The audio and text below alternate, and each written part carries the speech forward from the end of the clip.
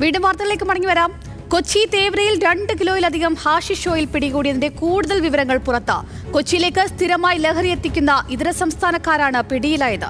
പിടിയിലായ മലയാളികളുടെ തലവനെ കണ്ടെത്താനുള്ള അന്വേഷണത്തിലാണ് എക്സൈസ്.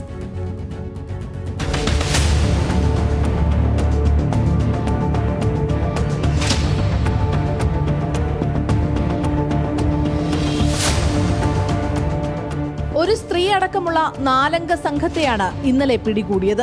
റെയിൽവേ സ്റ്റേഷൻ മുതൽ പിന്തുടർന്നാണ് എക്സൈസ് സ്റ്റേറ്റ് എൻഫോഴ്സ്മെന്റ് പ്രതികളെ തേവരയിൽ നിന്ന് പിടികൂടിയത്. കൊച്ചിയിലേക്ക് സ്ഥിരമായി ലഹരി എത്തിക്കുന്നവരാണ് പിടിയിലായ ഇതര സംസ്ഥാനക്കാർ.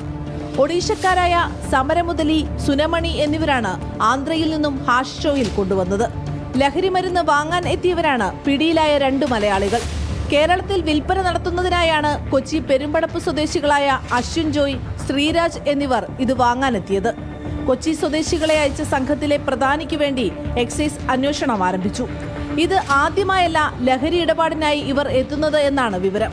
പിടികൂടിയവരുടെ മൊബൈൽ ഫോൺ അടക്കം പരിശോധിച്ചതിൽ നിന്നും നേരത്തെയും പലതവണ പണമിടപാടുകൾ നടന്നിട്ടുണ്ടെന്ന കാര്യം വ്യക്തമായി.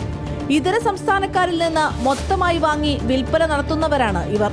കൂടുതൽ ഹാഷിഷ് ഓയിൽ കൊണ്ടുവരാനും ഡീലുണ്ടായിരുന്നു.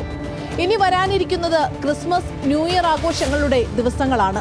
ഇതിനോടനുബന്ധിച്ചുള്ള പാർട്ടികളിൽ വിതരണം ചെയ്യാനാണ് ഹാഷിഷ് ഓയിൽ എത്തിച്ചത് എന്ന പ്രതികൾ തന്നെ മൊഴി നൽകി കഴിഞ്ഞു. 3 മാസത്തിനിടെ കൊച്ചിയിൽ നിന്ന് മാത്രം പിടികൂടിയത് 4 കോടി രൂപയുടെ ഹാഷിഷ് ഓയിലാണ്. രഹസ്യവിവരത്തിന്റെ അടിസ്ഥാനത്തിൽ കൊച്ചി മട്ടമ്മലിലെ ലോഡ്ജിൽ സ്റ്റേറ്റ് എക്സൈസ് എൻഫോഴ്സ്മെന്റ് സ്ക്വാഡ് നടത്തിയ പരിശോധനയിലാണ് ലഹരിമരുന്ന് പിടികൂടിയത്.